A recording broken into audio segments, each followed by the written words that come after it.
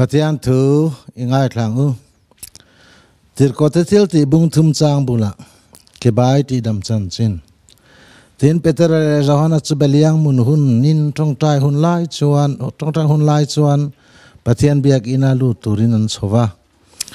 tin patling tu emo apian tirata Kebai anron zona chumi chu biak inna lu tene na kuddo atan biak in kong khar moi anti bula chuan ni tinan mutir thin ani a chumi chon Peter le Johana pathian biak ina lu tur chu amua kuta do a tin Peteran ani chu en renga Johana poin tin Peteran minhan enro atia tin ani chuan anlaka engemo mu abeisia ahan ena nima sela Peteran tangka le rangkat sakeng ma kaneilo nima sela kanei chun kapeyang se Nazareth Isua Krista mingin ke inkal toro atia tina kuding lam asela akai tho ta a tin tho le khatan ake tele akhe mit ru tu alo chak ta nga la lalpana thu kan jata malmin som sakro se amen tuntuma hian Kebai Tihdam Johana le Peteran biakin moi kongkhar bula Kebai an mutir thin na chu an Tihdam ani isua mingin an Tihdam hun lai hi beliang mun hun ti ani a zanria chasum hun ti borvelang hi ni anga biagina chuan Johana le Petera chu an lu ta tong trai turin an lu ta ati kherani hian karil ru a thua soi masa he pathian rong bol tu pani tir ko ming thang tak mai te pani Johana le Petera hi jing tong trai ni emo zan tong trai ni emo lam ain chun pachanga zanria chum hun lain biagin alu tan tong trai kher hi mi khoi khop maya an hun lu hi an pai phal ani chun hun poimo tak hi an pai phal ani an hun lu tak maya hian pathian biak an du tlat mayen cái này chú con hàng trong trai rẽ rèn tới hi ít tí dốc càng u ít tí lốc càng u hun hè lovin hun pai lova pathian biak tumna kan nga bera chú mi om giờ hun hi kan ngai lu zau ka kan biak turain trong trai lo chú con hè sia mà sẽ hun chú hè lo sela hun pai lova pathian chỉ bài buộc đủ này alien khóc mày tu na po hian jing trong trai poi mo le ma sela avahan toy lu lai em dar kar chan ve tak nyal po kan trong trai lova chu ti chung chuan kan ngai poi mo fe ani ngai poi mo le ti lo chuan akal chu ti tham kan om chuang lova ngun taka ngai tu chuan hun kan ngai poi mo zo ka ang khop mai pathian chi bai buk ai chuan hun hi kan dul kan da sang ene o mang o katia chuwangin tuna po hian in khom man lo pathian be man lo choi moi man lo tam tak te hian an hun hi enge motina nan mang thin ani chuwang chuan apoi mo masa kan ti chu pathian biak hi pathian si bai buk e ngai poi mo masa berila eng mai in dal su se chuta chuan ani mai cham chu hungila lalpa mai cham hun masak hi pathian thu ani ti kan soi masadua he Kebai Tihdam Chanchin hi amak khop mai tangka la rangka chakte an pechina ni yang tangka ten pechina nga chu chuan en kol thina ni yang adam na ni hau lawa e tur lam vekani ama po hian damna be se na lai kan hu reng lawa e tura be se ya dil thin ni zo ama kho mai alo kalten hera khan damna be se in kuta do lawa e tur be se in kuta do thin ni chu chu de lai tak chuan Peter le Johana an lo lu ta Peter le Johanna chuan khatiang ei tur lam sim tangka le rang ka chak lam thil lu in ti kha kan nei hau lo mai a nima sala kan nei chun hi kan peng che chu enge Nazareth Isua Krista mingin ke in kal toro a be se hau lo ke akal be se hau lo be se na chang po he to lo kha Peteranan kai thawa akhei mit te alo ti sak nga la mureng kal to ngai lo kha akhei mit tha te lo saka ke in akala zuang tamai ani karel ro khoi to tak chu a be se lo dam ma chang ani chumale dam na du tam tak hen dam hian be se e me maya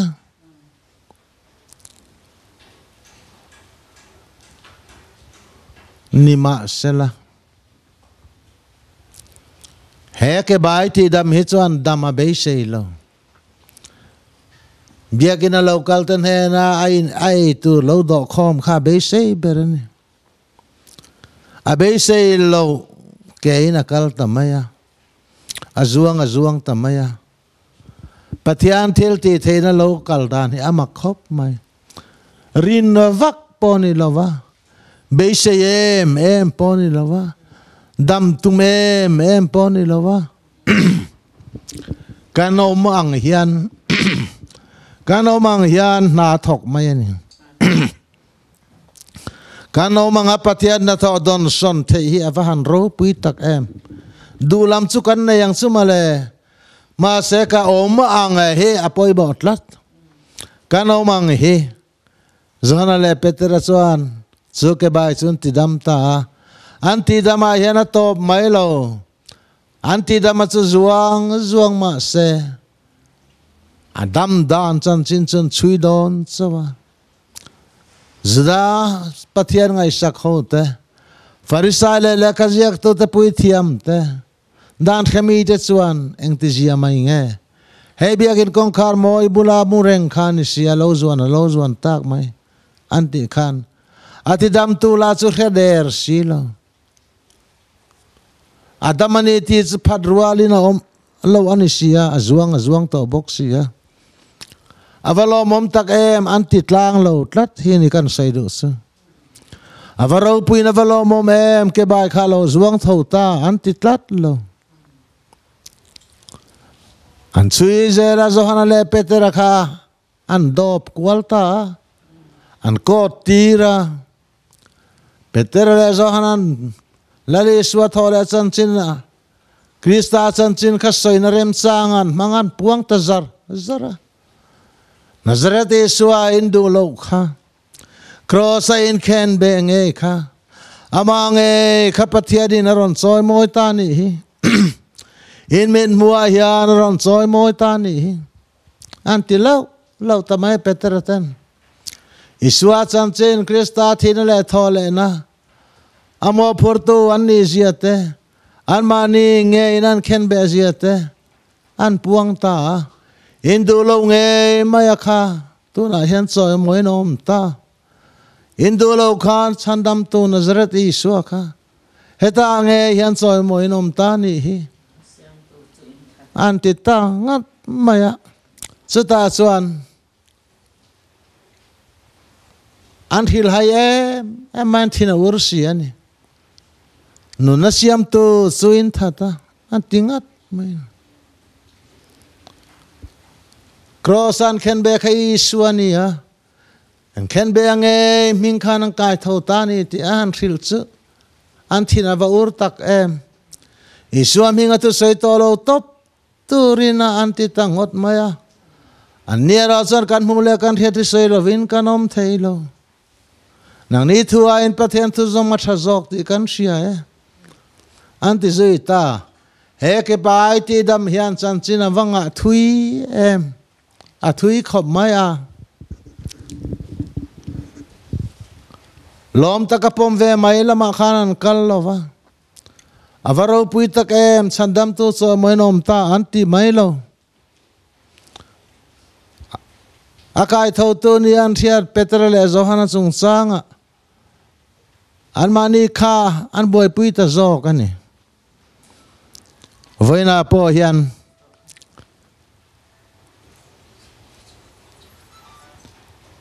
Tihdam Chanchin mitam tak chungai damin an oma an sual tengai daman ni an lo zuang suaka sual kham huna tangin an lo zuang suaka pathian mi an lo ni ta sual phuan te phelina oman lo zalen ta pathian fakle choi moin an lam an vai tamaya hemi hi kong sira kholaya ve asu zuin chin khan lovem ni hemi draksngol ve khan lovem ni kanti lai khan ane chuan an sei thiam lo nazarat isu choi moin om ta an lom len lima wangin an zuang tamaya avaro puina valom om tak em ti tlan hi hun kati lain then kha chuan arei lovang hetiang har na hi arei lo te chawani ti te andale mayanga ti tran zui hi avapoi tak em zan khatan dam po hi ro puin lovem ni an zan khatan lom ringot po hi lu ni lovem ni mithen kha chuan an suale an chang ani o masin male andale thuwa yang re anda ilo kan rama hlim na le lom na harna thleng jing to an re lo anda mai chin camping apo an lo suaka testimony ro pui tak tak an soya andale mai engma an ni chuang lo tia soi sel tu te in kuang kwa lim le lamal zuang te an thin tu te khan ni a fela in ngai pathian in miswala ti te khan ni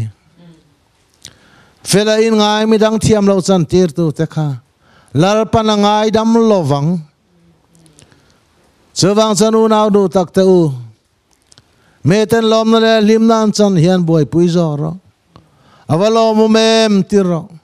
aval himo mem tiro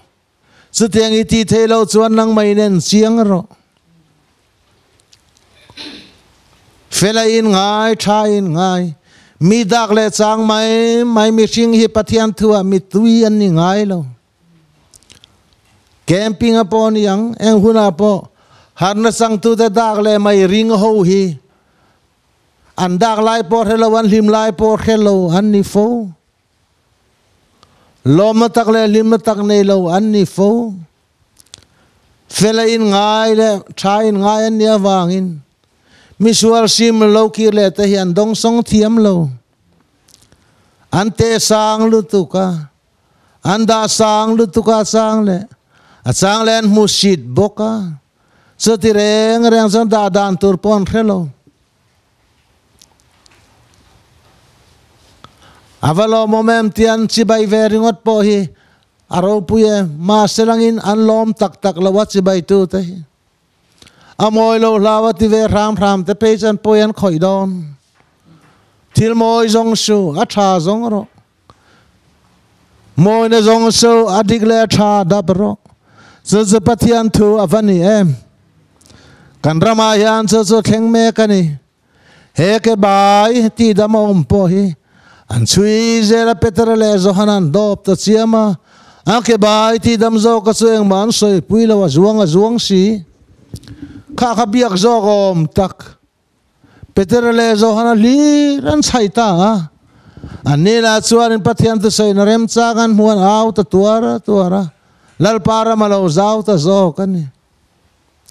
adu lo tu ta po hi man ruwa an lo ni lal pa man ruwa te an lo ni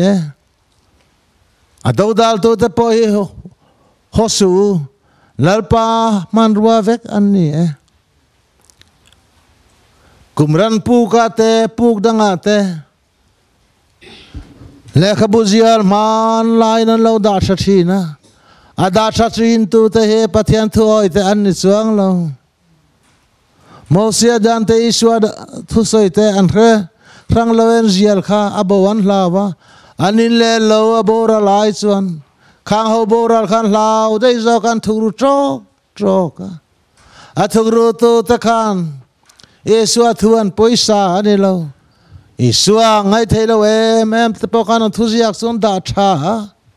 ama kasin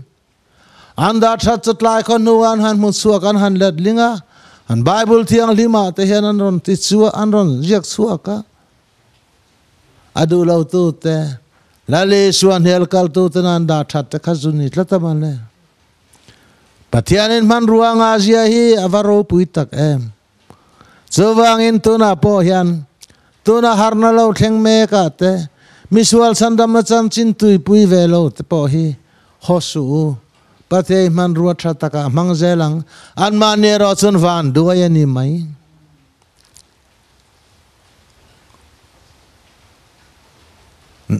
chawang chuanin judai skro ta po kha man ruwa lom lale suwa ko ka he ka an man ta an man awangin ke ni kan zalem ta ni he ani khatse eng dang ani leine amual phau ta ni maya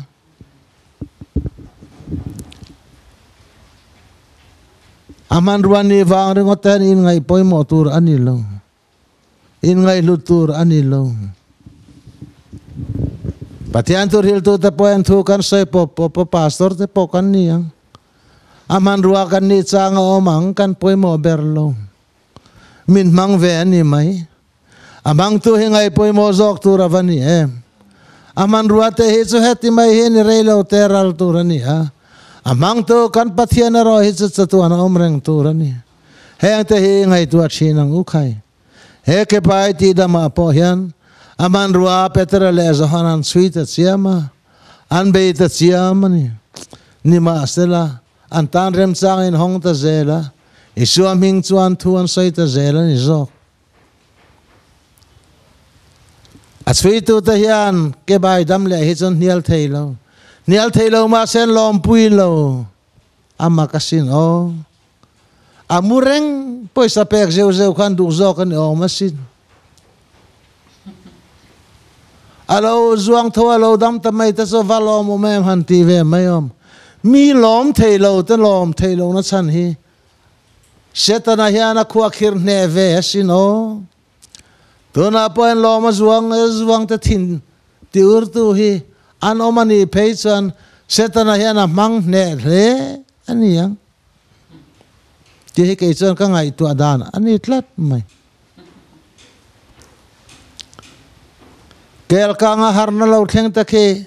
hanan chiang ila ro puilu tuk lawasin khovel tanga thlir chuan aman ruwa ta khe upamol te ten ni ya kalvari tlang te gilgal te bethel ten han siam ve a thutlung luya om nian thira piang khan han phun ve mol mola chuta cha han vir kuala cross le man tara ta kan phuna ta khan han bok khup thlopa an kuangoi a lem chuni chiang ania o ma asela tu te ma chuan kha alem mang khan atak mu thailo cross pathian thil te na chon zu chang tlatamale ama kasin o tlangwal pakhat po tong traya lalpa hei kel kang chukan thlenga heti mai hian mo min chandam avamak ve heti mai hian mo min chandam ati tamol mol maya howati te reng ne na chandam na chu khati zong kha lo ni a papakhat chuanin kel kang he varo tak em ma om lo ni hi katia kawa mai lai chuan kan bethela kan tong tra ya ke ma hi ni hi mo ro chu le a khuwa hi ni lo ke ma hi ni hi ro chu hallelujah kan ti chuak ta maya ke ma zok kha tlom ro ti ka ngai lo ka tlom zia ka mu ka zak em ma ka lom lu tu ka va ka thlenin te po ka za te lul nen trong po trong ngai le lo ka kan hallelujah hong vela choi lai de po chang ka hallelujah dot ta ka in control thei ta reng lova ka chan du lo lir ka chang ta ma semin chan tir tu kha ka dem thei si lova ka hallelujah tamol mol maya ka amen tamol mol maya ma se pathian in heta tan min lo tir lo ni reng mai zuti tlatamale minun hilo dang lam na sakho maya nupakhat po akeya baya akong te na akal te na tiang hollo chana kal theilawan pain ruai ve sia pavalaya nian pain ruaya an han trong trai zo chu an pa cha deng dang seilawin nui tiang kha pai ro le ti tamaya eng dang selo na tiang an pai ve to pa an pa chu an rin chan don an pa chu he e pasal hi chu rin chan seng man ni love lal pa ringin kal mai te hatia akal ta ring hota akal ta zela akal lenta amakasin min pathian an rina an be sei chuan lal pa hian na ye sual lamain lal pa hian na re van ram cholo nai ta zoka lal pa cholo nai ta zoka chaklo na le setana chu hlataka oma lal pa chu na ye pathian thil te the na chu om reng ta chuta san mi ten an mang ta mol mai ne voina hian tun huna hian kai di zong lal pa te kan au hian la ema kan man phak lova kan mang phak lova arima rapo kan thiat ve ngai lo wangin mi chan hi kan thira athen kan oi lo kwal ri mai jong ani hi athen oi lo te poi om ve kan ngai dan kan te ani ve miawa kan ngai dan chu tu ma na ron tom si lova chuta chuan kan ding ta vel mai ang khop mai Kebai dam le suyang mai hian pathian thil ti theina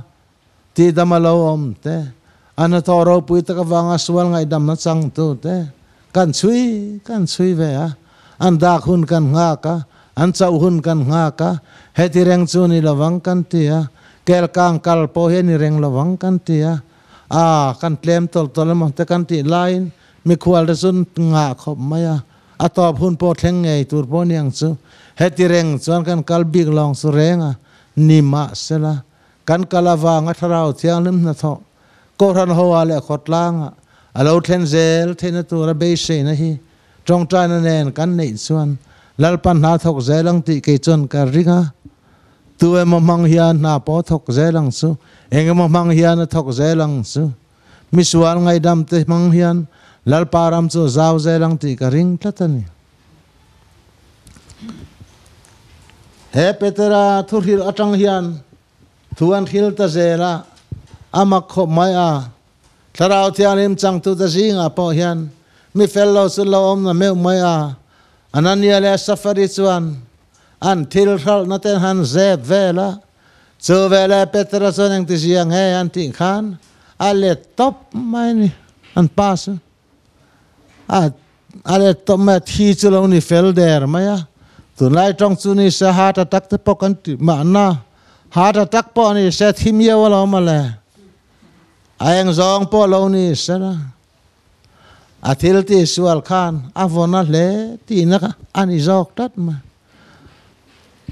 miten tharau ti aliman changa adik lowan huat lai khan adik lo chu alo tan rutlat mai hi alang sar ta e mani hi mo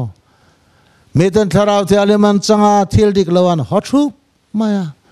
chuti la ya thil dik lo zep tu kha amual profile to na maya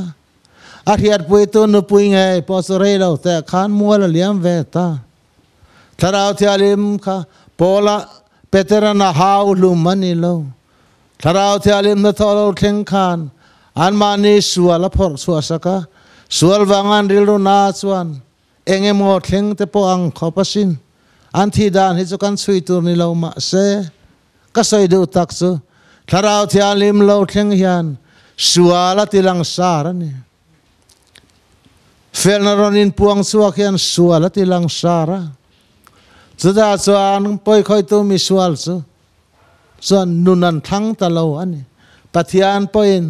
an jinga nom vereng hi fel lawang tin an nun na hi la te poniang chu nima salami zong zong an thiang lim kher lo anom khoma tharau thiang lim apol lai khan mi zale som ni an ni a petera thur hilawangin mi sang thum an bel sa sanga in bel sa rei lo te mi sang khat an lo tling don tamaya khati lai khan an nei te an in trom me kan ni ma se ne in trom seng kan ni talo tian thia thei nan phun noi na te lo thleng ve tan ta an thil nei chung changa ten lung oi rual talova chuta tak mai chuan hetia kanom reng he thalowang a Peter ten antita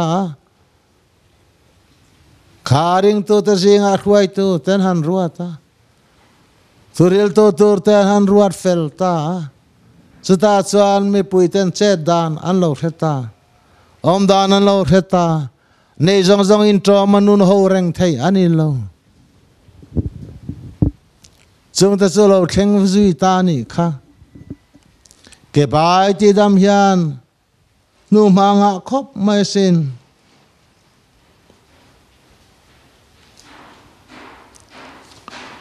Sanhedrin ma rorar tu ma an thoi khan seilavom theilo anni ta ka wang khan petrele zohana te khan ring tu te an boy pui zui ta zela ring tu te la chuan Peter te huai na an lo trong trai sau boka an lo in supply ton me kani in trong trai sak ton te ya varo pui tak em ril romun khata in pathian in biak pui te ya vahan ro pui tak em heta hian pathian ha tho ro pui kan muwa ring to te lo trong trai na khan Peter re zohana chu te huai zual sawa chuta chuan pathian ramalo zau te zela an in trom te po chu lo rem chang ta lova rong bol in lo dar tan ta khovela chan sin tha lo piang ta zera ni hi voina yan ka sai du tak chu Kebai dam le kan sui zel na hian pathian til ti the na kan sui zel na hian ke po hi nge kan ni ti sui tel veng u khai Tihdam om te chan chen sui big lawang u tharau the alim chang te chan chen hi sui big lawang u ke hian nge ka chan ti hi sui ve ram te ngu khai enge mo kan nei le ti te sui ve ngu mi nei za chiar lovin kan nei za te chiar ve ngu miang mare mi don za te chiar lovin kan don za te chiar ve ngu miang he kan kal kong tu rani kan rama chuan mi hausa ta sum nei za te kan rin thu vaka anei ruk te kan ring chiama kan that pui si lo kan kutatlem te milal pa zara katani ti siain pathian hena lom na chang thin lungi puang u khai chu kan kal kong tur he vani jok em ring thara lo om ta te piang thar lo om ta te pathian ngai sak lo pung ta je la chuti kar pathian ngai sak tu ten khongai nan lo changa sualan kal santa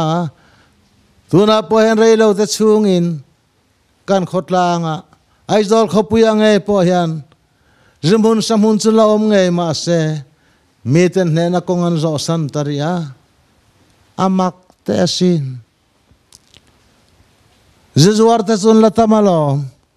dak zuar te pon la tamalo man laman ulalo ma se tharau the alim changklem te ten langsar jok he pathian na thokal mangani reng mai a eiru te pon la tamang a dak sungol veite zungol veite pon la tamang su azwar te pon la tamang su nima se lal pa tharau chang tu ten lo langsar ta chung chuan na ne zel tu raniang akhu bo tu raniang mani loka kan venga zuarom kan phallo tin kong te kan zo kan awani kha kan venga te zupar min nei turom ne kan thiat te in te kan han thutsil ani kha tu na ro chuan tharau thialim lo thlenga zara tunge zuar kan kheta manglova tunge in ti po kan kheta manglova an latam te lul nen ain lo tlem te khan min ti lim ta ni Thong thar lo thenga po hian ama kasin tharau thialim lo thlen lai om chumi za sam ni chawan ni zurami pui te so anwai te lan ni lai khan tempula kal khan wai te lan ni lai khan mi za som ni chawin tharau te alim sang khan changa an valim tak em khovela mi dang anom ve an thelo mi pui sang tam tak te sing tam tak te kha khoyang e an ngai tu alo mi tlem te ten tharau te alim an changa ma se ro rel tu teran boy pui tamup mu mai ani ama khop mai pathian ram lo than dan chu ni mitlem te abularon trana araza adar zau zel thin alo ni ya ma lai ang kha ka ti khop mai ma lai kha ang khop maya tuna po pathian ngai sak mitlem te no ma kel ka nga karan tam kan ti te po ya kal lo hen tam zok fe an kal reng mai ka ti lai por kal lo wa thu reng hen tam zok de ya ngai sak lo po kan la tam zok de ya ni ma se mitlem te chan chin chuan min lua ta le ya he pathian ram than dan chu ni chu wang chuan ho ke mani lam i chui zo kang u midang chan chen ni lawen ke mani lam i chui zo kang u fela in ngai ni lovin lalpa miswal kani kan ti hun hi nga kani lalpa he nang ha tlatani he ke bai ti damo mian ei tu radap meka ei tu radil meka adam na ngai saklo angai saklo tak amamo tak dam na chu peter le zona mangin lalpa na peta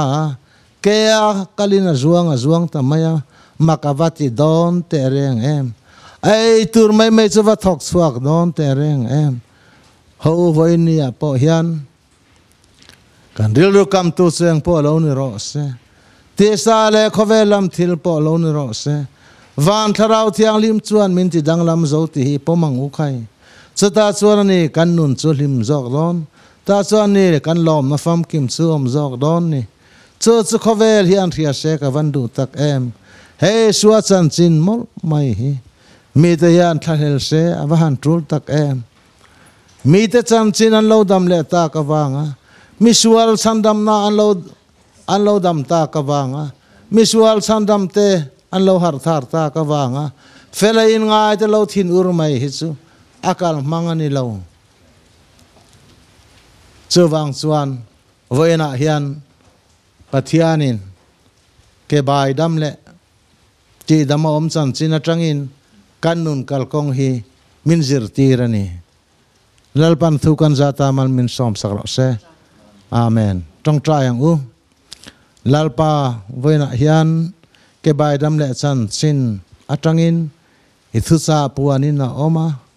keni po hilalpa thir tu mai ni hlawom takani ithil ti thena lo thenga hian a thir tu mai